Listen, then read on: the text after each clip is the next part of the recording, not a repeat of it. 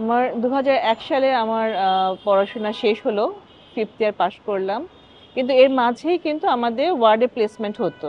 জি। তো ওয়ার্ডে প্লেসমেন্ট হওয়ার সময় আমি দেখেছি ক্যান্সার রোগীর আসলে সাফারিংসটা কিরকম। তো আমার কাছে মনে হয়েছে যেকোনো চ্যালেঞ্জ নিতে আমি খুব ভালোবাসতাম। তো এটা একটা বড় চ্যালেঞ্জ। কারণ ২০০১ সালে কিন্তু ক্যান্সার চিকিৎসার সেবার মান খুবই কম ছিল। তো আ আমার মনে হলো যে এই জায়গাটায় তো কাজ করার সুযোগ আছে অনেক বেশি। এটা একটা বড় চ্যালেঞ্জ।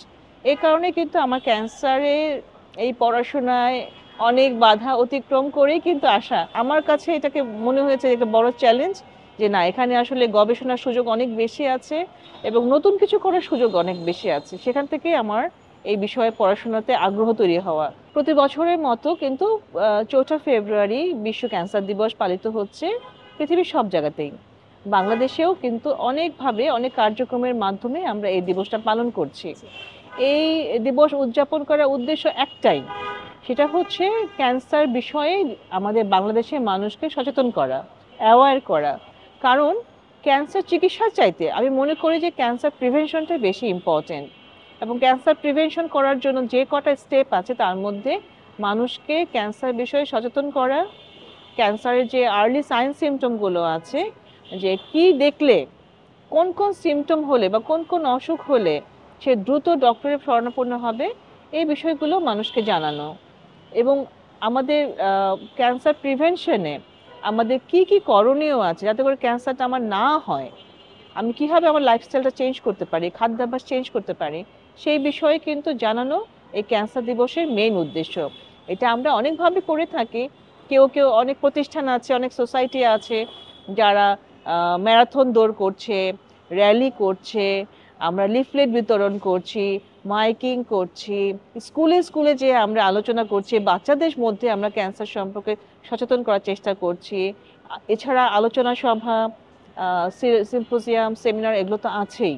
তো আমরা এইভাবে প্রতি বছরেই এই আমাদের জানানোর বিষয়টাকে আরো বৃহত্তর করতে চাই এবং আপনাদের মাধ্যমে, মিডিয়ার মাধ্যমে আমি চাই যে এটা আরো বেশি প্রচারিত হোক। চ্যালেঞ্জ আসলে অনেকগুলোই আছে।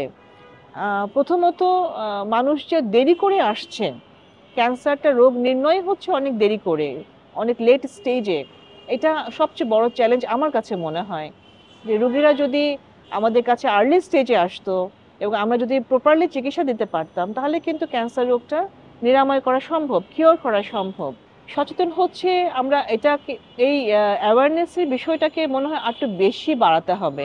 কারণ আমরা তো গ্রামের মানুষ যারা আছে, যারা শিক্ষার হার যাদের মধ্যে অনেক কম, হুম, হুম। তারা তো আসলে রিসিভ করতে হবে ইনফরমেশনটা। আমরা যে বলছি সেটাকে রিসিভ করার মতো তাদের সেই ক্যাপাসিটি থাকতে হবে। সুতরাং মিডিয়াতে ওদের ভাষায় আমাদের ক্যান্সার বিষয়ে সচেতন করতে হবে। জি।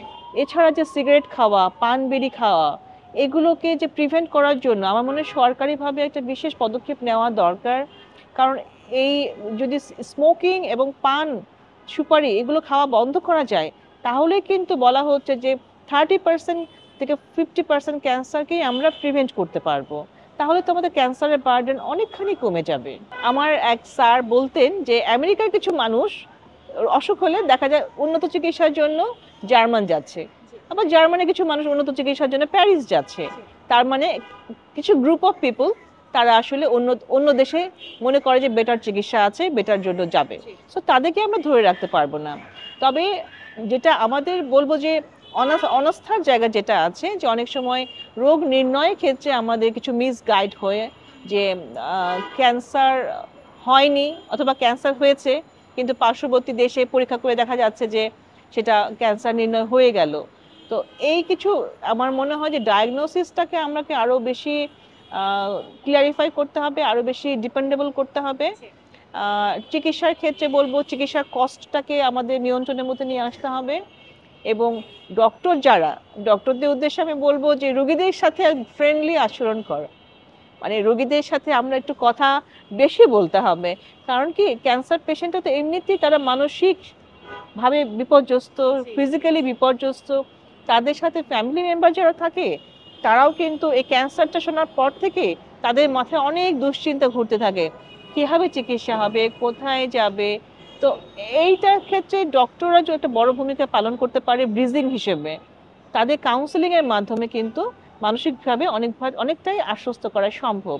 প্রথমত ক্যান্সার না হোক, এটাই আমি সবচেয়ে আগে দেখতে চাই, যে ক্যান্সার সংখ্যা কমে আসুক। কারণ আমাদের বিশ্ব সংস্থা কিন্তু বলছে, WHO বলছে যে আমাদের মতো উন্নয়নশীল দেশ বা middle income country, lower income কান্ট্রিতে কিন্তু ক্যান্সার ভবিষ্যৎ খুব খারাপ। 2040 সালে কিন্তু এইসব কান্ট্রিতে 80% বার্ডেন হবে এইসব কান্ট্রিগুলোতে। সো আমাদের মতো কান্ট্রিগুলোকে কিন্তু বেশি সচেতন হতে হবে, ক্যান্সার কমিয়ে আনতে হবে আমাদের কান্ট্রিতেই।